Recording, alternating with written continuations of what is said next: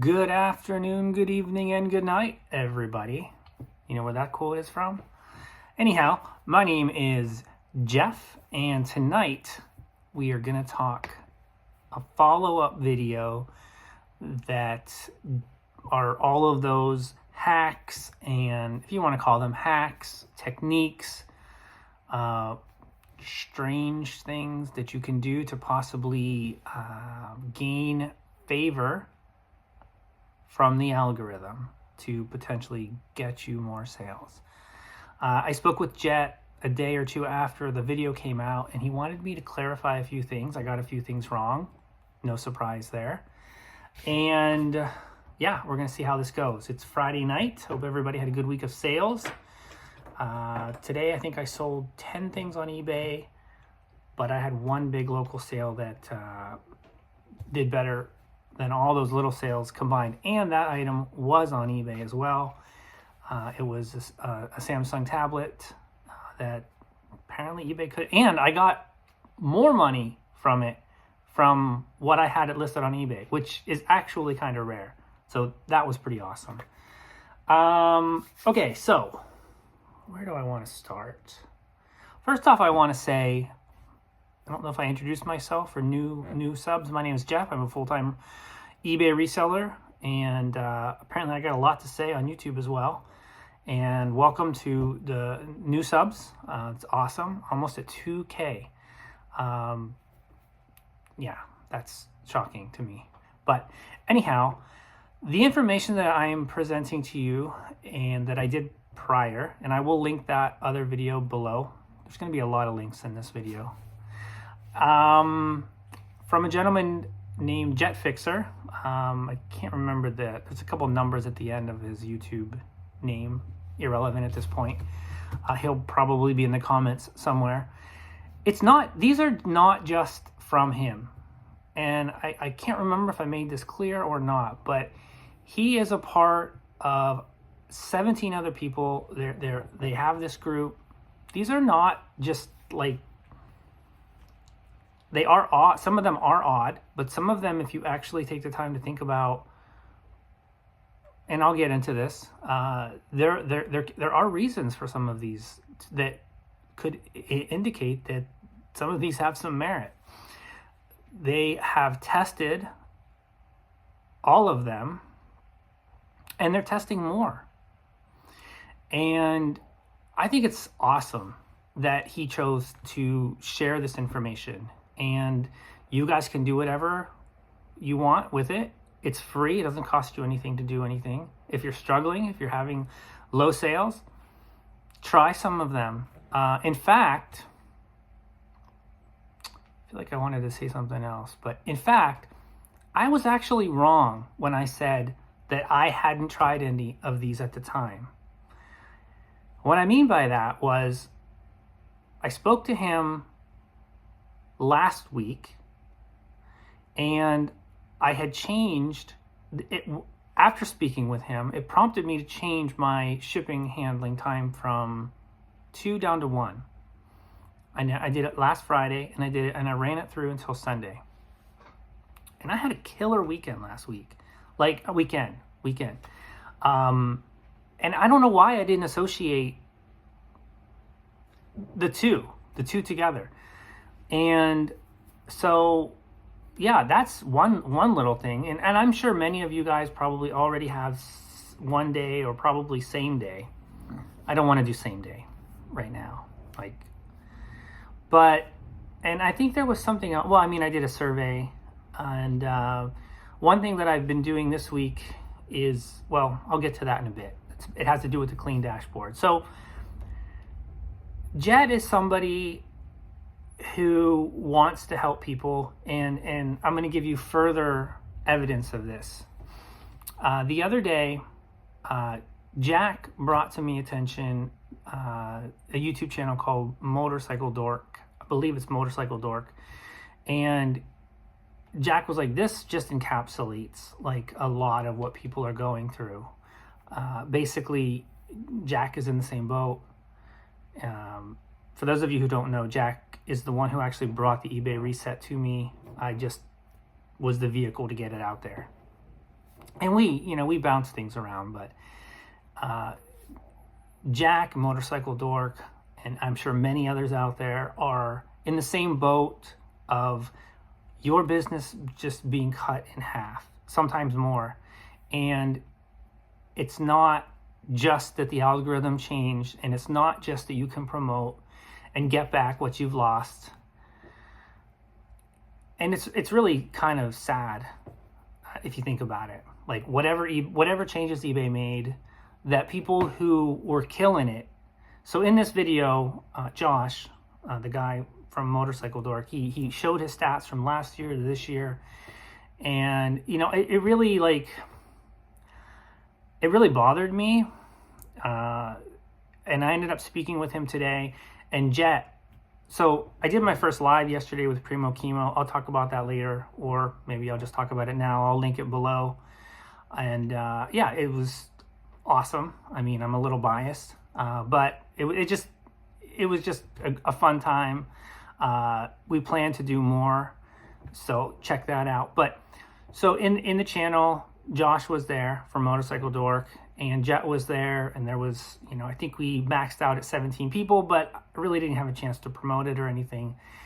And Jet messaged me and told me to give his number to Josh, Motorcycle Dork, because he wants to try to help him. So the community is just there's members of this community that are just awesome.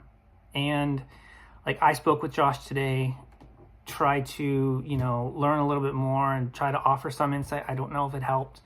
Hopefully he got some help from Jet. But I mean, we're just all on our own right now. I mean, reselling, it's always been kind of like a lonely profession. I think that's why people are on YouTube, they watch videos, they kind of join a community, I guess you might want to call it. But it's extra lonely right now when you're struggling with sales. I mean, I was there a few months ago. My sales are doing really good right now, but I know what that feels like. And so, yeah, I'm just going to leave it at that. So I'm just trying to paint this picture of Jet is not someone who hasn't actually tested these strategies out. There are reasons why he felt each one that he recommended to me. So with that being said, I want to clarify one of the ones. So I've got some things to clarify, and then I believe I have a few more to add. But yeah, I haven't even looked at my notes since I talked to him, so there's going to be a lot of stopping and starting. So the first thing that I want to clarify is the clean dashboard. So basically that concept is the bell at the top.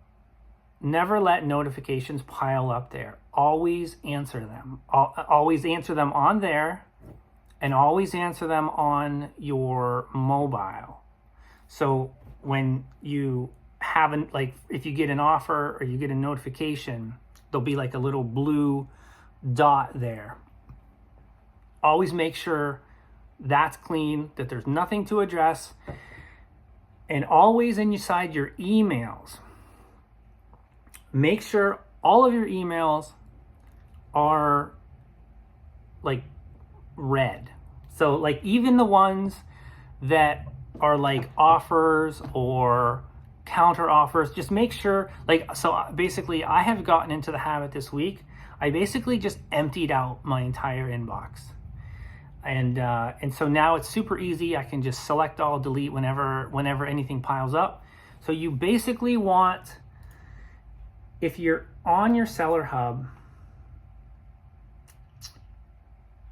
and you see at the top right, kind of underneath the bell where it says messages, there'll be a parentheses and there'll be a number in there, or it'll be 0. You want it to be 0. All right. So if you've got messages that you want to keep, you can keep them. Just make sure they're not bold. They'll be bold in your inbox if you haven't addressed them. Now, think about this.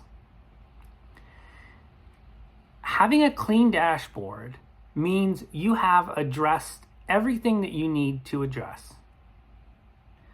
Now, eBay has openly said that they curb your growth in an effort to ensure that you don't grow too fast and that you're able to fulfill all your orders and just kind of like make sure that you're able to grow in an efficient and responsible manner.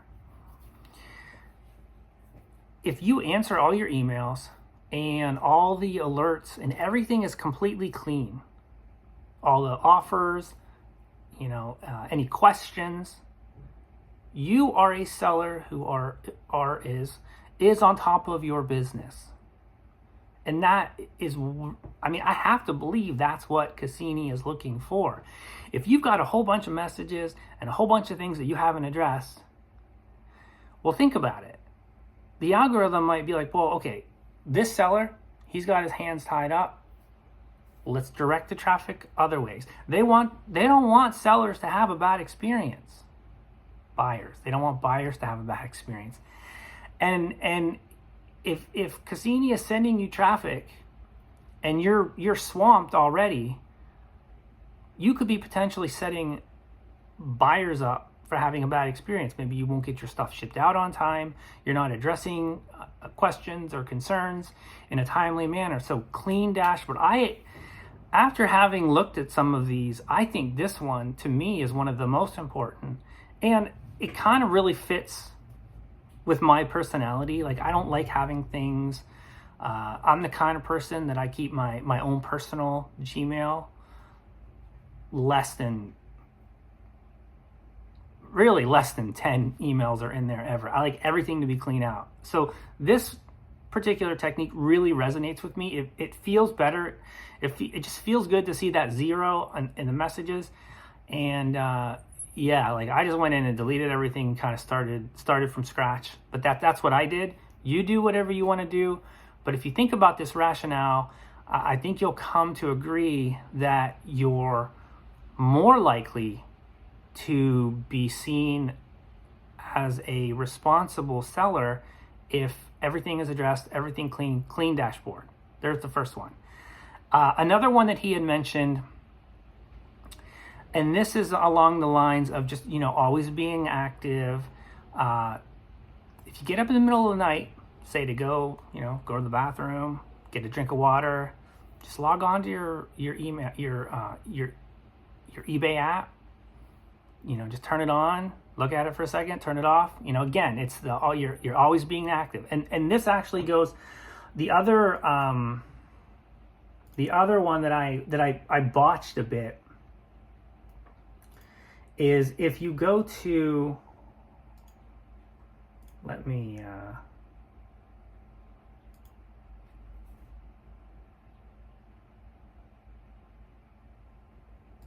hold on one sec. All right, I'm just gonna hold this. So the hack to leave your cursor on here, you have to be on this page. You have to be on this page where the banners are scrolling. I think I said the seller hub before, but this is the active page for eBay. So then you keep your cursor, see how that lights up? You keep your cursor on there when you go to bed.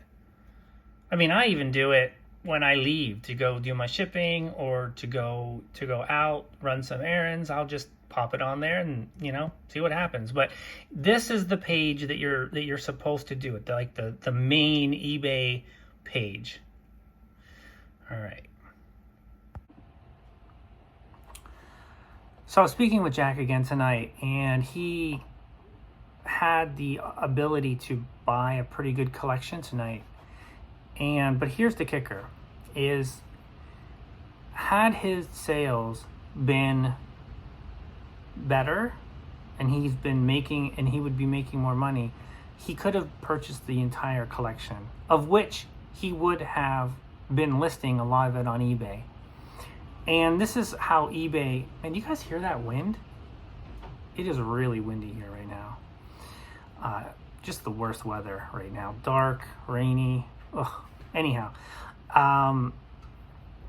because his earnings have been cut. His ability to be able to purchase collections have been altered as well, as I'm sure many of your guys' sourcing has been cut in half, or you're choosing to just scale back.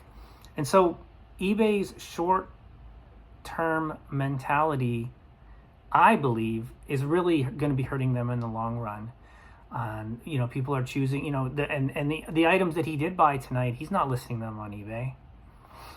So I just wanted, he bought $300 worth of records, and he got over 800 records, and of which he could have probably bought a ton. He could have bought a ton more had he be cash flush to be able to do so. And yeah, so I feel that's, let me know, are you guys cutting back on purchasing as well? I mean, I've talked about it in my own, but also it's more of a, for me, it's more of a product of the places that I source their prices have gone up, the quality of the merchandise has gone down, which is complete opposite of the way it should be.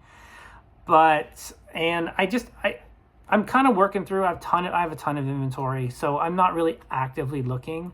I do look, but I'm not actively looking, and I actually feel thankful that I'm not really finding things, because if I did find things, I would want to buy them. I don't really want to pass up a good deal.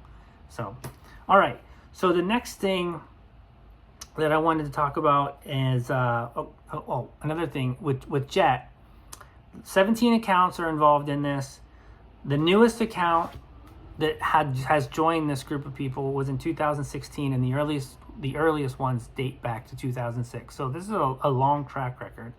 The survey tactic of everything is great, appeasing the narcissist in Cassini.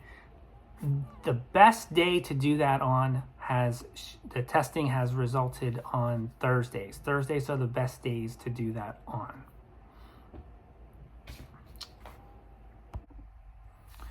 One little side note to the prime number aspect of multiple quantity listings. They have tested prime numbers in regards to price, and that is inconclusive as of now. He doesn't ever run any markdown sales, no coupons, or no offers. This is just what he does. I'm going somewhere with this. And the only sales that he ever sometimes runs are like a summer or around Christmas.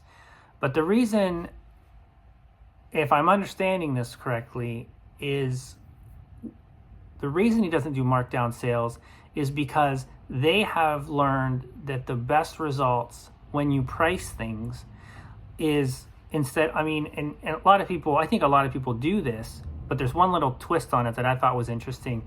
Instead of pricing something at, say, $20, obviously $19.99, $19.95 has been a good one, but $19.88, like having the .88 has tested very high. And he was like, do you know why? And I was like, I didn't know. And then he said, if I said rollback, does that mean anything to you? And that's what Walmart, they did that whole rollback. 88 was the price model that they used. So if you think about it, that is almost subconsciously in the collective mindset. So that has tested. So you can play around with, having, instead of listing it for $100, $99.88 or $9.88, $2.88. And well, we shouldn't be listing things under a certain dollar threshold anymore, right? Okay, this next one, and I'm hoping I get this right. Jet, correct me if I'm wrong, but it pertains to quantity. So let's say you have 20 guitar picks for sale, and you list them at, say, $4.88, which no one's going to buy one guitar pick for that, but just for the sake of this, you only list 4 for quantity available, and then you do 2, 10% off, 3, if you buy 3, 15% off, or if you buy 4, you get 20% off. And then if somebody comes in and buys all 4, then you be sure to relist, not sell similar. Because if you relist, you get a bump up in the search because Cassini will recognize this as something that sells. So, yeah. So, Jet, let me know if I got that right. I looked at this. I can barely read my notes. I would not make a good reporter. I've determined this. I don't have a good memory, and I don't take very good notes. So, all right. So the next tests are have been in the color, like when you're describing the colors of things. Apparently, the AI is having a hard time learning. So he said, like, if you were going to use rust, use red or orange. If you were going to use lilac, use purple. Like sage, green, off-white, use cream or ivory to describe your product. Don't use lime, use green. Don't use rose, use pink. Don't use off-white, just use white. When you list your items, the data shows that the algorithm knows of its competition of what you're pricing your items at within 3 seconds. So price competitively, that's a no-brainer. And they have found that, for example, if I'm selling a comic book and it's like issues 1, 2, 3 of a series, don't use commas between them, and make sure you put either set or lot in the description. So Batman comic lot 1, 2, 3. That way the algorithm knows and recognizes that it's more than one, and it adjusts its price comparisons accordingly. Now my question is, how does it compare conditions? Because in collectibles, conditions are everything. I'm kind of curious how that works. But if you put set or lot, it will, in Cassini's mind, it will justify the higher price, and it potentially won't bump you down because it thinks you're overcharging.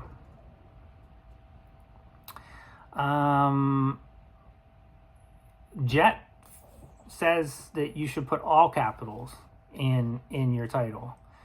Now, I do that, and then I started to get away from it, but I don't know where I learned it. I don't know. It's just something that I have always done. So I'm going to go back to, I don't know. For me, I feel more comfortable. I find myself I find myself having to think about decapitalizing when I'm writing out my title descriptions. So yeah, do whatever you want with that information. So he resets his oldest 10 listings. I'm sorry, his 1/10 of his store every day. And then he will go in. Now, I haven't done this to actually be able to properly explain this, but he will go in the active page of the item specifics, and he'll update them. He'll update like a few, and then he will click. Apparently, there's a place inside the item specifics. So if you're looking at your active listings page, and there'll be a column where it'll show if you have any item specifics that you need to address, and you click on Add Recommended, and then you add a few. Oh yeah, okay, I'll show you.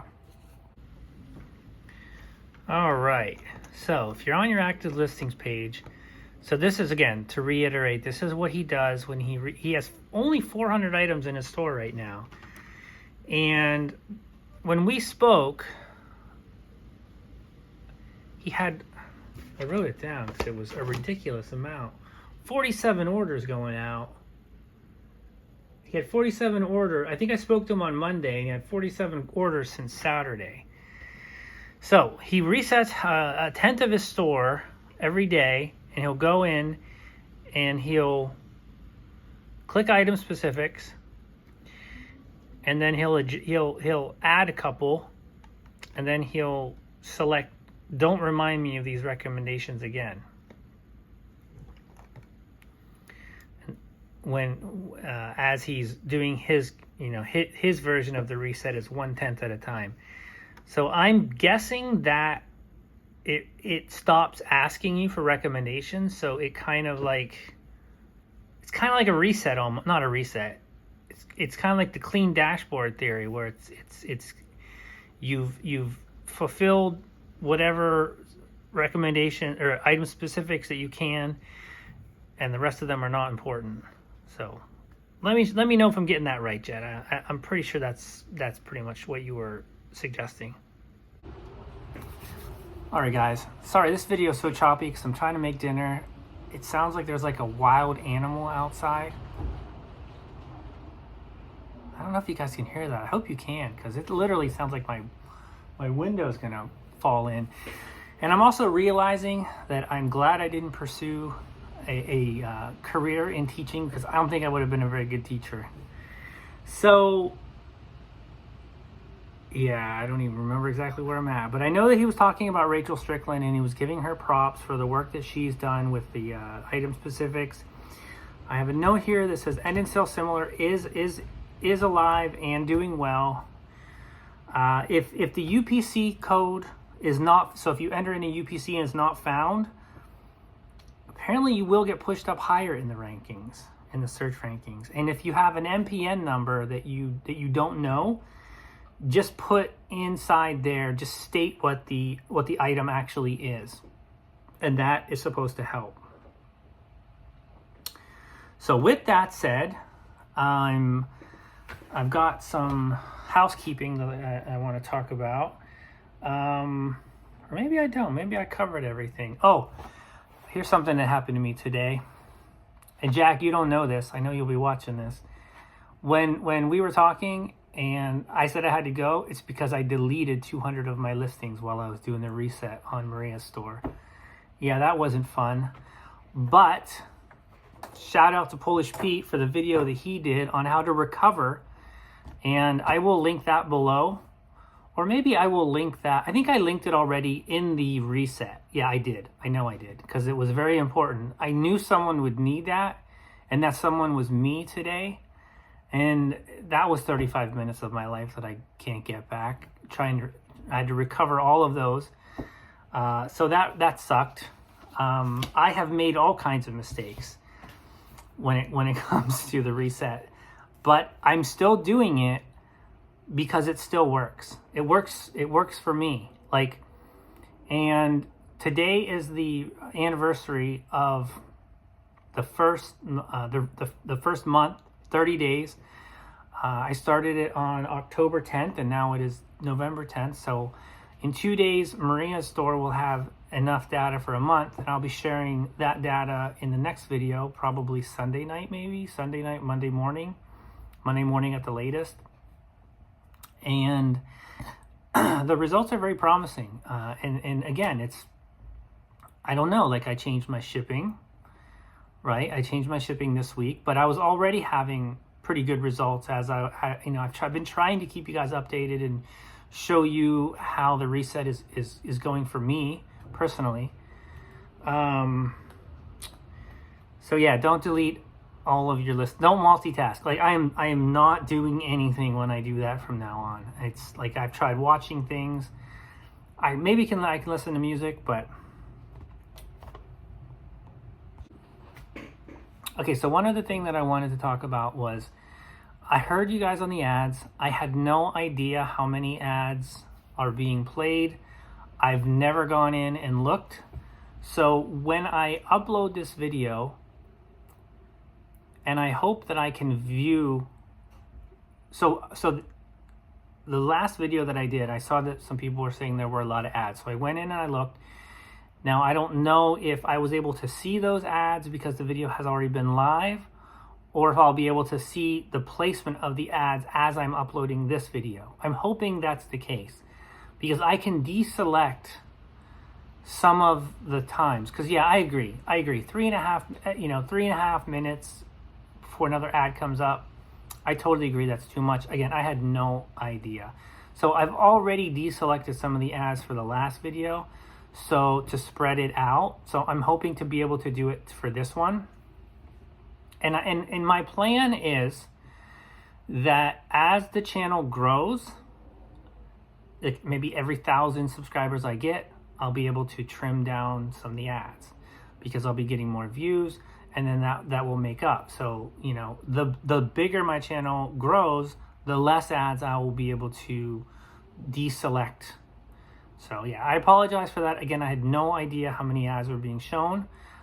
It's, you know, I'm still pretty unfamiliar with all of the tools in the back office of YouTube.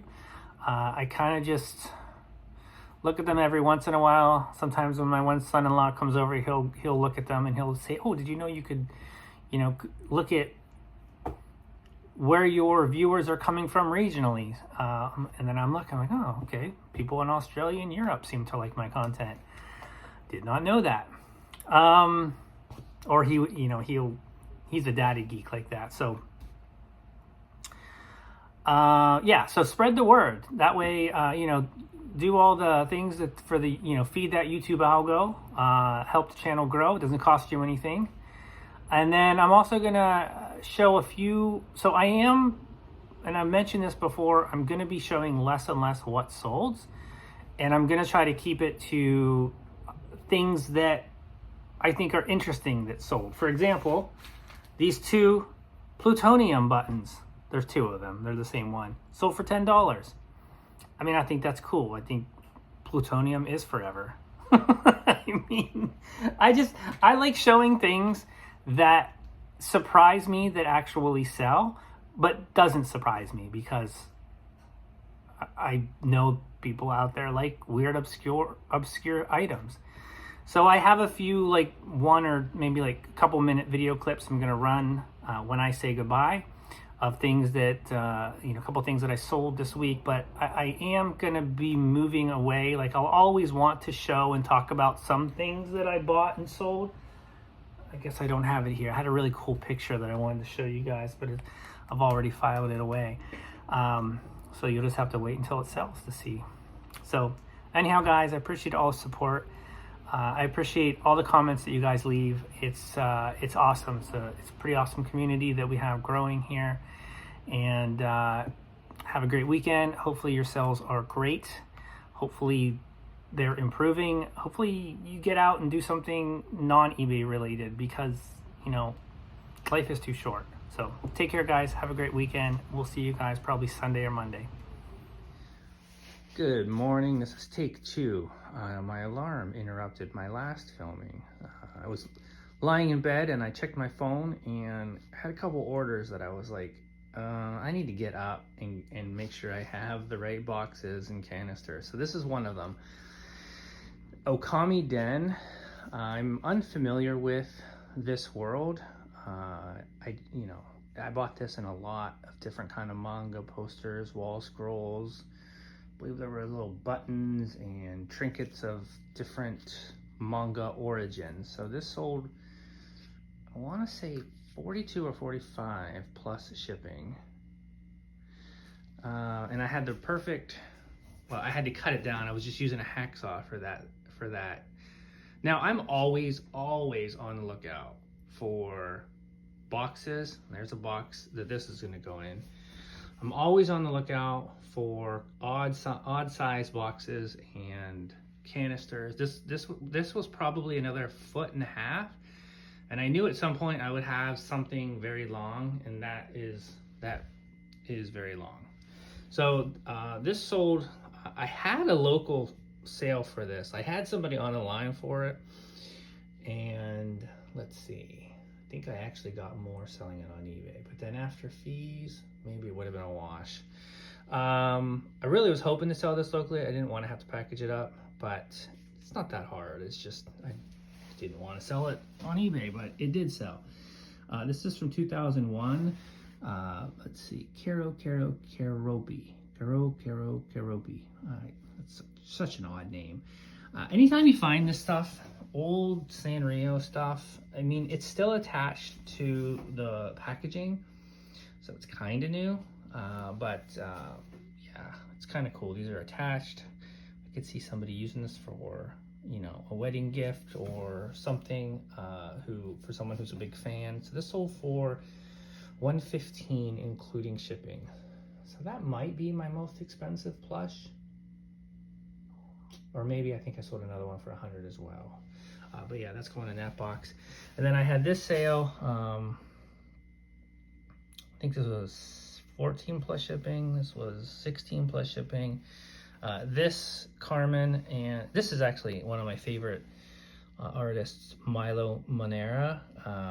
And then this sold for $26 including shipping, and I have like probably another 10 of these somewhere. It's brand new. I just not sure exactly where they are at this point. So I woke up on my store, two sales and one offer, which I took for that plush, and 11 offers to send out. And on my store, I'm sorry, on Maria's store, no sales, no offers to send out. Like, I don't know if that's because Maria's store was outperforming and they're trying to curb. I don't know. It's weird. I don't know how one store can have some like decent amount of activity overnight and then the other store be completely blank. So I just wanted to show you something real quick. I had these. I don't even know where I got them from, but I always save styrofoam, especially things that I've never seen before, because I'm like, I'm going to use that. Cut it in half, slipped it around both ends, shake test, good to go. Because it was loose in there, and I would have had to maybe slip some bubble wrap in there, but this was so much easier and so much more awesome. I don't know, there's something very rewarding when you ship or you package something and like maybe you find that perfect box where it just almost looks like it was meant to be. I don't know how many times I've come up to Maria and I'm like, look at this, look how awesome this is, and she just kind of looks at me like I'm crazy. So anyhow, I just wanted to share that.